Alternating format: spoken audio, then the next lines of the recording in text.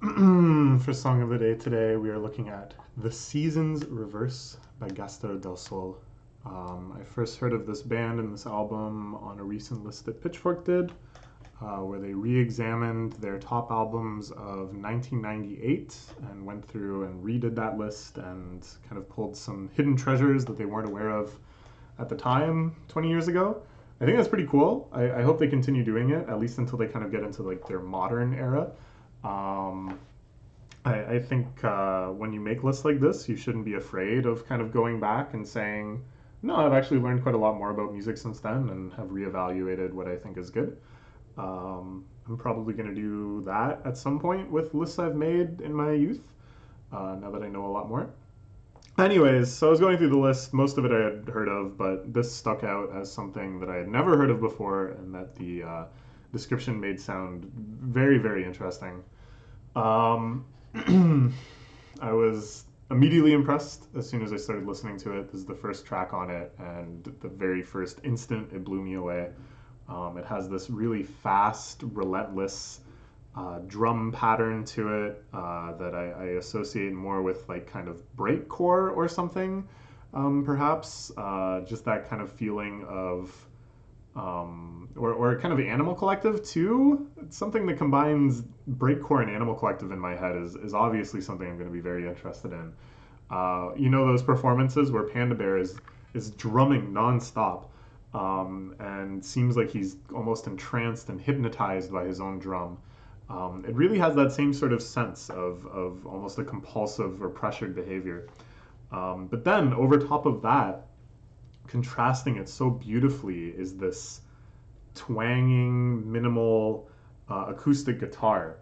Um, and very quickly, too, the lyrics come in, and the singer uses this um, precise, kind of articulate singing, almost a sort of nerdy singing, I would say, where he feels a little restrained, maybe a little uncertain, but is singing very like properly and well enunciatedly. I associate this a lot with kind of late '90s indie rock, with things like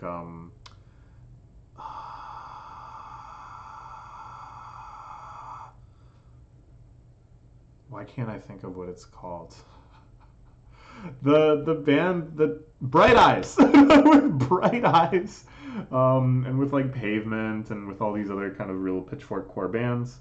So it's taking like that element, which I love, and then putting it over the sonic texture that it's like not really completely foreign to. The instrumentation is still largely the same, but is just sort of strung along and pulled in this direction and infused with this energy, that is so unlike all of the other indie rock bands I talked about. And as the album continues, it gets more and more experimental, coming through with like very interesting, sometimes even abrasive, atonal experiments and lots of very, very minimalist structures and compositions. And I love that. But here on this first track, this really lush poppy experience, I think is where they were able to channel all of that experimental energy, into something that just sounds so good.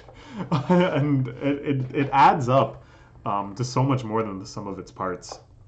It kind of like wanders along like this. There's kind of segues and breaks, that more just kind of complicate the structure rather than reveal it, with certain elements continuing on stronger and stronger, and then other things kind of like rising and diminishing.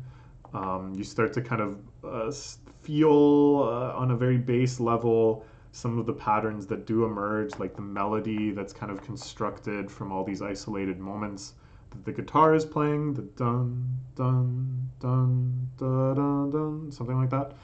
No, dun dun dun. It doesn't matter.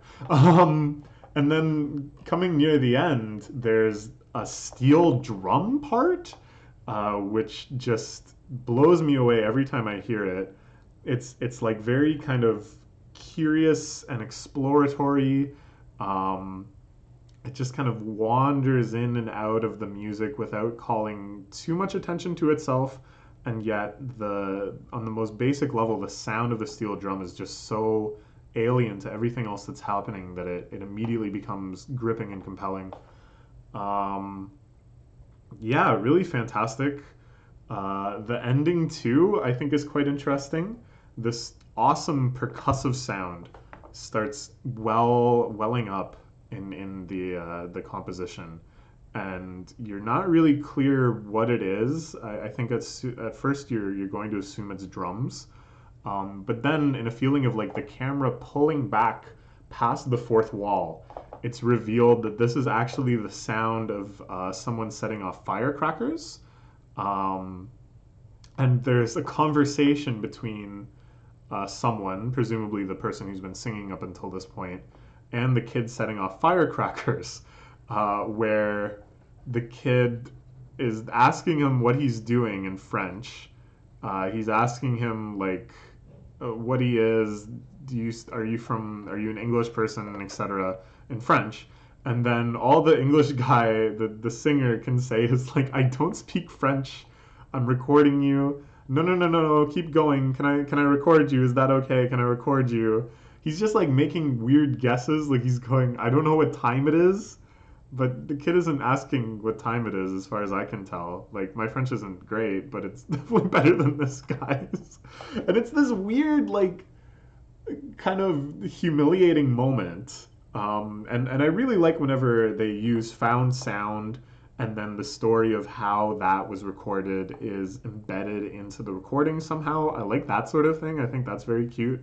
But never have I had such a humiliating and strange experience be the origin story. Not that it's like outright humiliating. It's just kind of mildly awkward and embarrassing. Um, but it's nothing like extreme. It's all very charming and adds to this real kind of wistful vacation feeling. And in that sense, it kind of reminds me of avalanches. I've talked a lot before. I think in the top albums list where I talked about Wildflower, about how at their best, Avalanches has this like real kind of vacation-y feeling. Um, and this too hits that, but then in this ending shows like the other side of the vacation feeling, the feelings where you feel sort of awkward or out of place. Never have I seen those kind of expressed in music before, which just really charmed me. And again, kind of builds this very endearing portrait of the singer that I had already gleaned so much of just from the sound of his voice. Okay, so all of that is just how the song sounds to me. But let's think about the meaning for a little bit. I love the title, "The Seasons Reverse." It has this kind of like mythical feeling to it, you know? It seems to harken back to a time where the seasons weren't really understood on a scientific level, but were more just like phenomena, and it maybe could be believed. It maybe almost seems like eventually this is bound to happen, that they would start running in reverse. And making that sort of connection and really thinking about how people back then, people going all through human history, experienced seasons the way we do now. Well, until we get more and more extreme seasons and eventually just summer all the time, thanks, of course, to global warming. But, God, I hate the weather right now. I'm so done with it. I can't take many more winters like this. It just sucks too much. Anyways, so anything that kind of brings out that continuing mythic quality of seasons and makes us appreciate again how bizarre it is that we kind of tolerate them and not even really consider them. That all these like self-important businessmen and all of these ambitious people and all of the serious and intense things happening around the world, the seasons are progressing through that regardless. You know, something about that is it can be very mind-blowing to me under the right circumstances. And yet it has kind of a smallness to it too. Like we very much associate fascination with the seasons and anticipation with the seasons with childhood and stuff. Like that's kind of where it's more appropriate, is when it's first being kind of taught in schools for you to have a preoccupation with the seasons. Or something like in Yotsuba, she actually does make the mistake once. She thinks that after fall will come spring. She doesn't know the right order, or maybe it's after summer will come spring. I don't know, and that's what this song is about. Um, I love that immediately the very first line, which again comes very very early in the song, is this really, I don't know, September reverses and the equinoxes flip. Something about the cadence of it, something about the way that it seems to be almost setting the stage in again kind of like a mythic or fable type manner. Um, and then all these other discussions, almost every line having to do with what it means for the seasons to reverse. But I think what this is actually about is is about traveling, right? About going to another part of the world where you've gone to the previous season, in effect.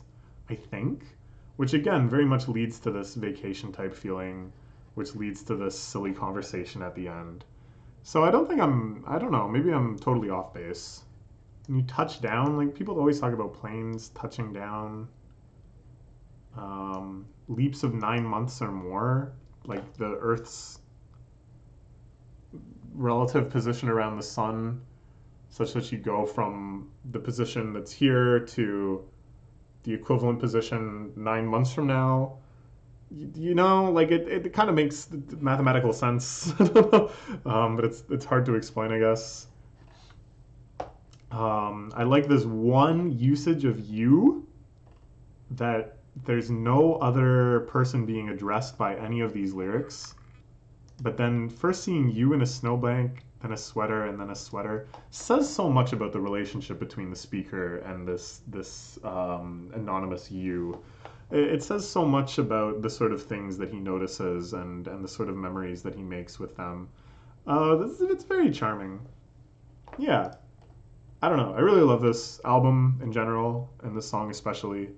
Um, so check it out. I think it's very, very accessible. I think everyone could love this song, even though it is, in many ways, quite experimental.